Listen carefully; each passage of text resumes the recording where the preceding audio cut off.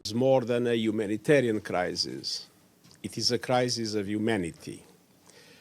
The intensifying conflict is shaking the world, rattling the region, and most tragically, destroying so many innocent lives.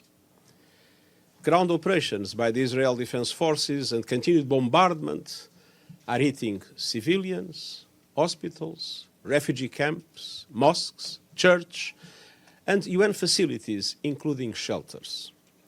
No one is safe. At the same time, Hamas and other militants use civilians as human shields and continue to launch rockets indiscriminately towards Israel. Gaza is becoming a graveyard for children. Hundreds of girls and boys are reportedly being killed or injured every day. More journalists have reportedly been killed over a 4-week period than in any conflict in at least 3 decades. More United Nations aid workers have been killed than in any comparable period in the history of our organization.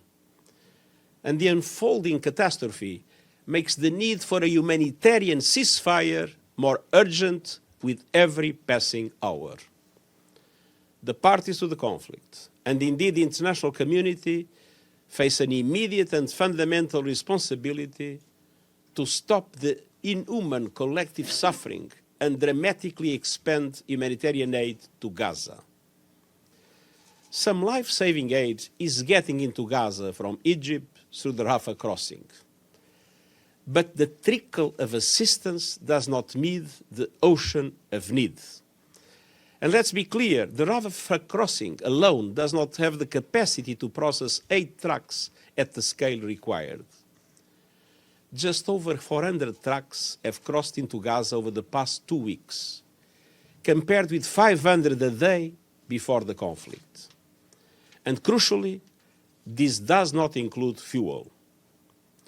Without fuel, newborn babies in incubators and patients on life support will die. Water cannot be pumped or purified. Raw sewage could soon start gushing onto the streets, further spreading disease. Trucks loaded with critical relief will be stranded.